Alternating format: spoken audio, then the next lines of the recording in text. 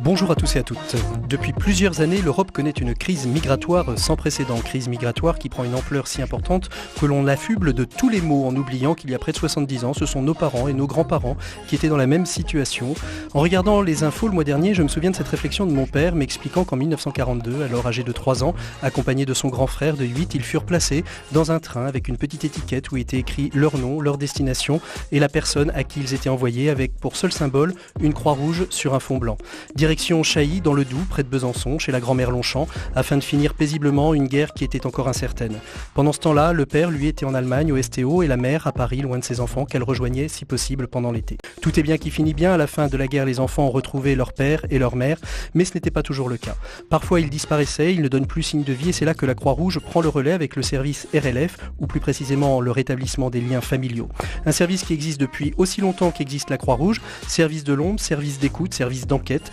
Ils mettent tout en œuvre pour permettre aux familles séparées de renouer le lien avec un disparu. Ce petit teasing vous interpelle, vous souhaitez en savoir plus ? Alors bienvenue dans l'écho des solutions. L'écho des solutions. Patrick Longchamp. Voilà, bonjour à tous et à toutes. Bienvenue dans l'écho des solutions, un numéro spécial de l'écho des solutions où nous allons parler de cette problématique que nous ne connaissons plus guère et qui est le rétablissement des liens familiaux suite à une guerre, une catastrophe naturelle, comme je viens de le dire. Pour cela, je reçois Aurélie Degoras-Tarzu, qui est directrice du pôle rétablissement des liens familiaux à la Croix-Rouge. Bonjour Aurélie. Bonjour. Merci beaucoup d'être avec nous. Valérie Pillet, coordinatrice du dispositif itinérant qui est en place sur la région du Nord et particulièrement de Calais. Bonjour Valérie. Bonjour. Et puis autour de la table aussi se trouve Philippe Legret, qui est le délégué général de la Fondation Michelin, l'homme en mouvement. Bonjour à vous. Bonjour. Bonjour Philippe, merci beaucoup d'être avec nous. Aurélie, très rapidement, je disais que le rétablissement des liens familiaux, plus connu sous le sigle RLF, était quelque chose qui était aussi vieux que la création de la Croix-Rouge, pour ne pas dire créé en même temps. Oui, tout à fait. La mission de rétablissement des liens familiaux est une mission historique de la Croix-Rouge, pas seulement de la Croix-Rouge française, mais de toutes les Croix-Rouges et de tous les Croissants Rouges dans le monde entier. Et, pour les historiens qui nous écoutent, il faut savoir que le premier message Croix-Rouge a été envoyé par Henri Dunant au moment de la bataille de Solferino en 1859. Donc on remonte vraiment aux origines de notre mouvement. Cette mission a vocation aussi à se retrouver partout dans le monde, donc c'est non seulement une mission historique mais internationale, et on retrouve des entités, des bureaux RLF partout dans le monde, au sein des Croix-Rouges ou des Croissants Rouges dans les zones de conflit notamment. Et nous pouvons aujourd'hui mettre nos activités en œuvre grâce à cette, on va dire, cette pieuvre tentaculaire du réseau Croix-Rouge. Donc vous dites en même temps, ce message d'Henri Dunant, c'est vraiment en même temps l'idée de la Croix-Rouge au départ, c'était d'apporter un soutien aux blessés qui se trouvaient sur les champs de bataille. Et donc de manière assez corollaire, en même temps, Henri Dunant lance aussi des appels parce qu'il y a des blessés qui se retrouvent peut-être amnésiques, sans famille, et il faut rétablir ce lien disparu. Ça nous rappelle un peu l'histoire de Martin Guerre ou de ce roman de Balzac pérennisé à la télévision française par Gérard Depardieu qui s'appelle Le Colonel Chabert. Voilà, tout ça pour y en arriver au Colonel Chabert. Philippe Legret, vous êtes délégué général de la Fondation Michelin et depuis quelques années déjà, vous soutenez ce programme de la Croix-Rouge avec la Fondation, le programme itinérant, c'est aussi donc l'aide à renouer des liens familiaux. D'abord, en quelques mots, quels sont le cœur de la Fondation Michelin ? Quel est le cœur de la Fondation Michelin ? La Fondation Michelin, ou plus exactement la Fondation d'entreprise Michelin, a été créée il y a à peu près 3 ans.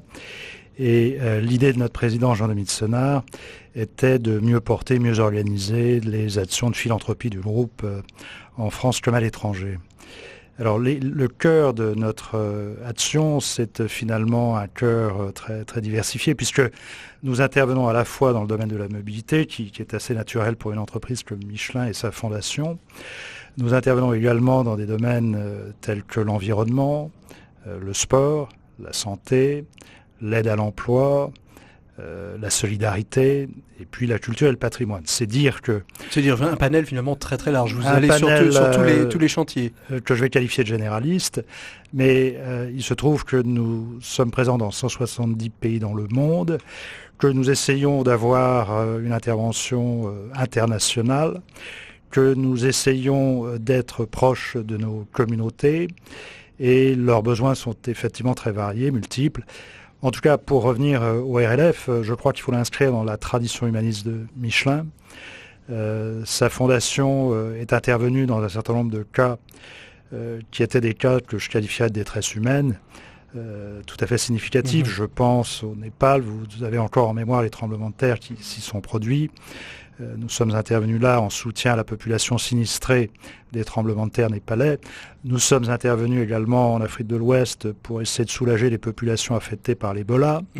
Nous sommes intervenus à Haïti à la suite du cyclone qui a récemment ravagé le pays. Qui a dévasté plusieurs fois d'ailleurs ce pays. Et dans notre esprit, incontestablement, soutenir la Croix-Rouge pour son programme RLF, c'est participer à cette espèce d'humanisme général qui nous anime. Comment se fait cette rencontre avec le RLF? Parce qu'on sait toujours que dans une coopération entre une fondation et une association internationale, il y a des rencontres. Comment se fait cette rencontre et à quel moment ça match, on va dire, pour pouvoir créer quelque chose qui se pérennise aussi dans le temps?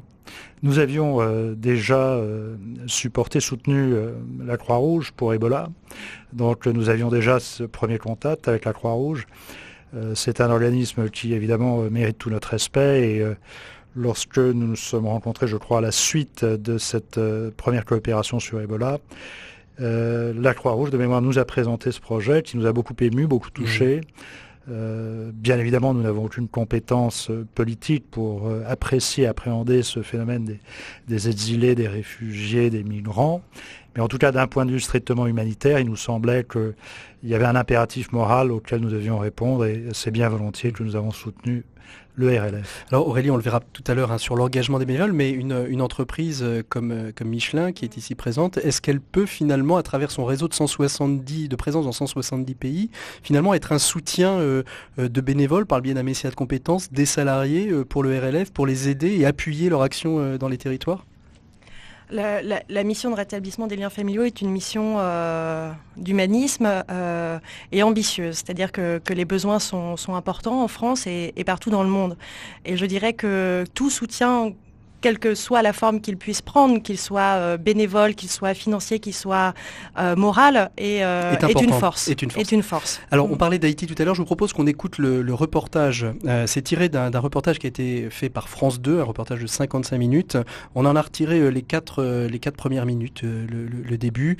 C'est un reportage de Jérôme Scursin, si je ne me trompe pas, et qui nous montre un petit peu comment justement ces liens se rétablissent, quels sont les difficultés, ce qui va nous permettre après de pouvoir en discuter. C'est le reportage dans l'Écho des solutions. L'Écho des solutions. Reportage. Les amis, écoutez. Si vous recherchez un membre de votre famille ou si vous voulez faire savoir à votre famille que vous êtes en vie, le Comité international de la Croix-Rouge met à votre disposition un service gratuit de recherche et d'identification pour la population. Pour cela, rendez-vous dans un bureau de la Croix-Rouge haïtienne. Faites-vous enregistrer. Signalez les membres de votre famille qui ont disparu. Plus vous serez nombreux à le faire et plus vous aurez de chances de vous retrouver. On a commencé la semaine après le 16 vraiment d'enregistrer tous les enfants qu'on trouvait sur les rues. À trouver un logement pour eux, pour accueillir les enfants non accompagnés et pour faire un suivi, essayer de trouver le parent. Et c'était l'un de mes rôles en fait en Haïti. Bonjour.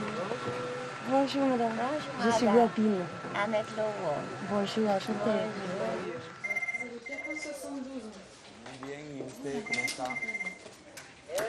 Il y a une grosse communauté haïtienne en France, il y a beaucoup d'Haïtiens qui viennent ici en espérant pouvoir offrir une vie meilleure à leurs enfants. Donc ils viennent dans un premier temps seuls, avec l'espoir de pouvoir les faire venir une fois que leur situation est régularisée. Malheureusement, avec le séisme, la situation s'est énormément dégradée en Haïti. Il y a eu une véritable urgence de réunir ces familles, parce que les enfants étaient pour la plupart à l'abandon, abandonnés dans les rues. Donc il y a eu une véritable mobilisation, en tout cas aussi de notre service, pour pouvoir les aider à se retrouver plus rapidement.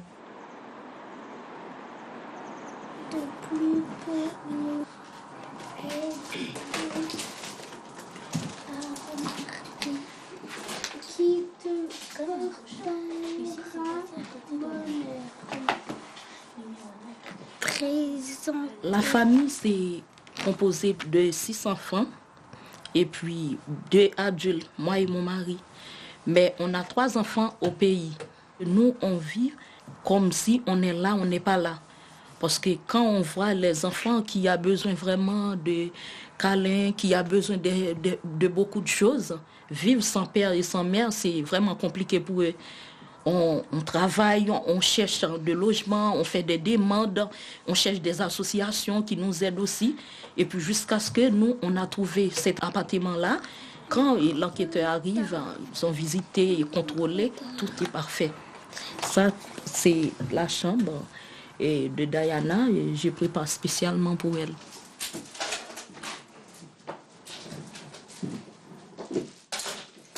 La chambre des garçons, ça c'est le lit de Stéphane, le petit.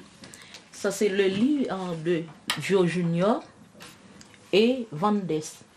Moi, j'ai fait une demande de regroupement et ça fait environ 2 ans. Mais des fois, quand je passe, je regarde le courrier, c'est négatif. Je commence à pleurer même dans le métro. J'ai dit, mon Dieu, qu'est-ce que je dois faire? Parce que moi, je n'ai pas le droit d'aller récupérer les enfants comme ça.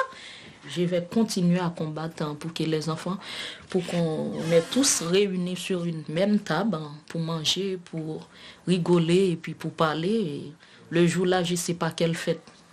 Mais on va faire vraiment, vraiment une grande fête. Oui, Quito, comment vas-tu? Ça va pas trop mal, mon papa, et toi? Je vais bien. Et Junior, comment va-t-il? Junior, comme tu le sais, ne va pas trop bien avec sa maladie. Tous les jours, vous savez, depuis après le 12 janvier, les petits sont comme traumatisés. Ok. Mais je reconnais que c'est un peu long quand même. Mais nous espérons que le bon Dieu va nous aider à changer les choses. Donc il ne faut pas avoir trop de peine, pas vous faire trop de soucis, parce que bon, ça va s'arranger, j'espère. Ouais, pas de problème. Nous espérons que le préfet nous donnera vite l'autorisation de venir. Pour nous, c'est réciproque. Nous ne pouvons pas vivre sans toi non plus. Ok. Bon, je te quitte. Passe une très bonne journée, hein? Oui, pas de problème, toi aussi. Que le bon Dieu vous bénisse. L'écho des solutions.